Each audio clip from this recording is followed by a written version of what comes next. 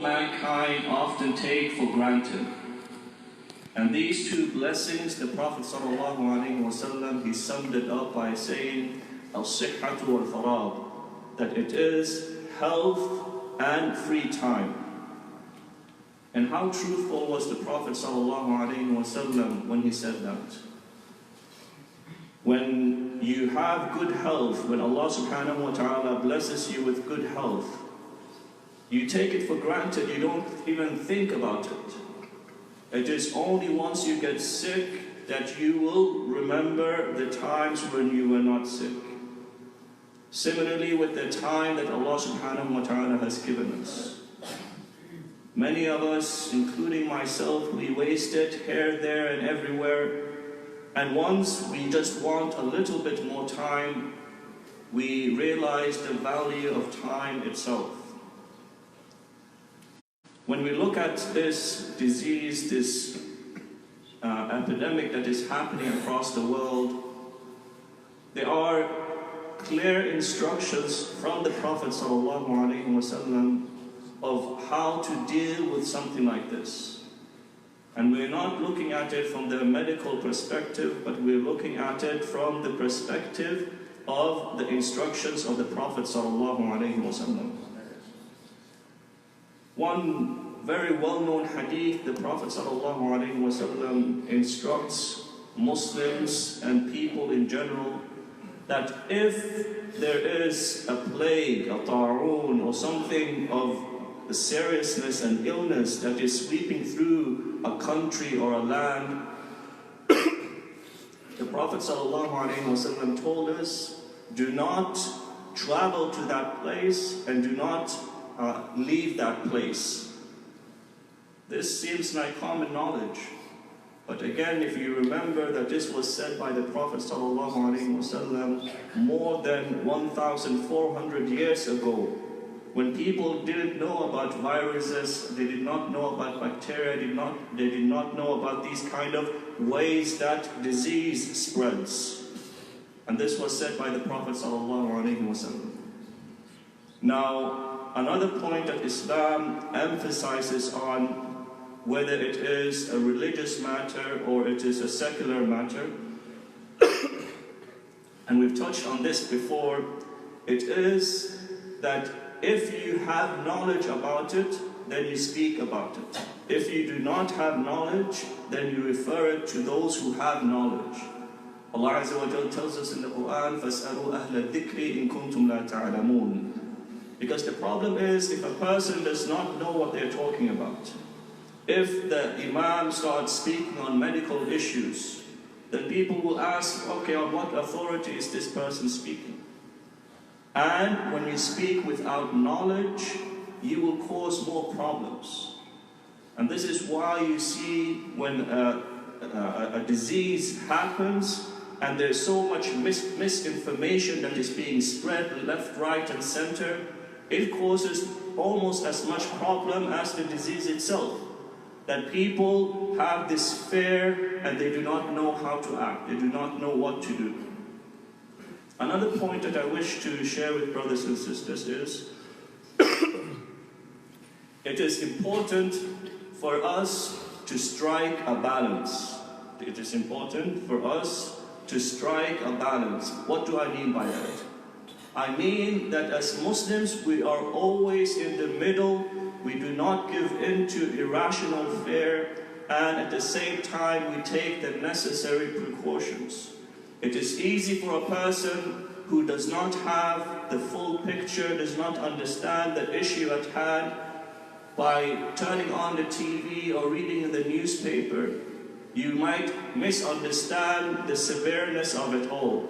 Or you might fall into the other camp where you downplay the necessary precautions that you need to take. And finally, brothers and sisters, within our own religion, we have a safeguard to protect us from these kind of, the spread of disease in this way.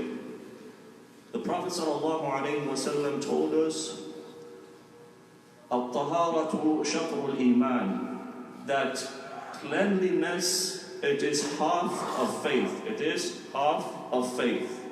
If you look into the life of a Muslim, the wudu we make, the ghusl that we perform, the preparation, the cleanliness that we observe, that we stay away from things that are impure. This is a very simple and practical way to protect yourself, the same way that medical professionals today, they're advising us that when you go to the washroom, when you are out and about, make sure to wash your hands.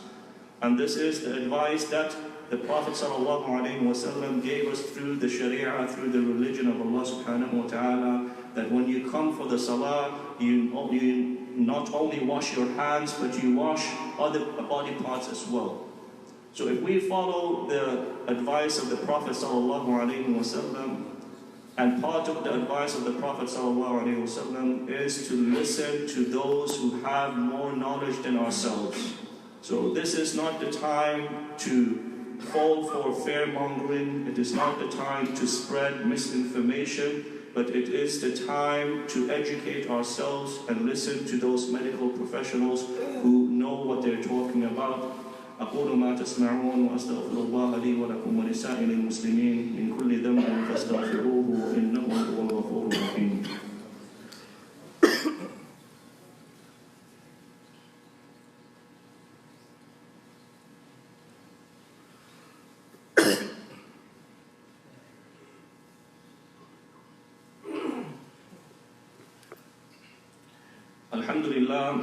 الحمد لله على إحسانه وشكر له على توفيقه وامتنانه وأشهد أن لا إله إلا الله وحده لا شريك له تعظيما لشانه وأشهد أن نبينا محمدا عبده ورسوله صلى الله عليه وعلى آله وصحبه وإخوانه أما بعد. As Muslims, we always remember that whatever happens, whether it is good or bad, it is part of the qadr of Allah subhanahu wa ta'ala. Allah Azza wa Jal reminds us time and time again in the Quran, مَا أَصَابَ مِن مُصِيبَةٍ إِلَّا بِإِذْنِ اللَّهِ, that no calamity, no difficulty strikes except through the permission of Allah subhanahu wa ta'ala, in accordance to His knowledge and His wisdom. So this gives us peace of mind as Muslims, believing in the divine decree that Allah subhanahu wa ta'ala has put in place. Yet at the same time, we do not just leave things the way they are. We place our trust in Allah subhanahu wa ta'ala, and we come with the necessary precautions, and we take the actions that are required. One of the best ways from a religious point of view for a person, after having taken the practical steps, washing hands and so forth, it is to place your trust in Allah subhanahu wa ta'ala by remembering to make the adhkar, the dhikr, before you leave your house. By practicing something as simple as that, from the Islamic perspective, it will put a person in the protection of Allah subhanahu wa ta'ala. And who is better of a protector than Allah Azza wa Jal?